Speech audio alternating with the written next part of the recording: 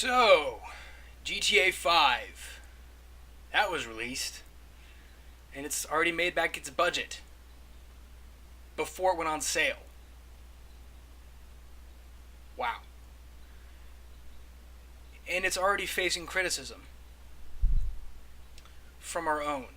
In a way that, to me, seems like a lot of bullshit. But to other people is a very legitimate cause for complaint. And sometimes they are right. But oftentimes I feel it's not very right.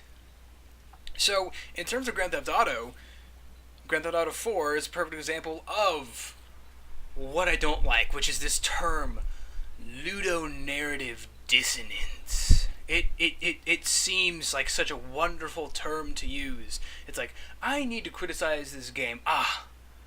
Ludonarrative dissonance. Because I can't come with anything else that makes sense worth criticizing in this game. Now, Grand Theft Auto 4 is a striking example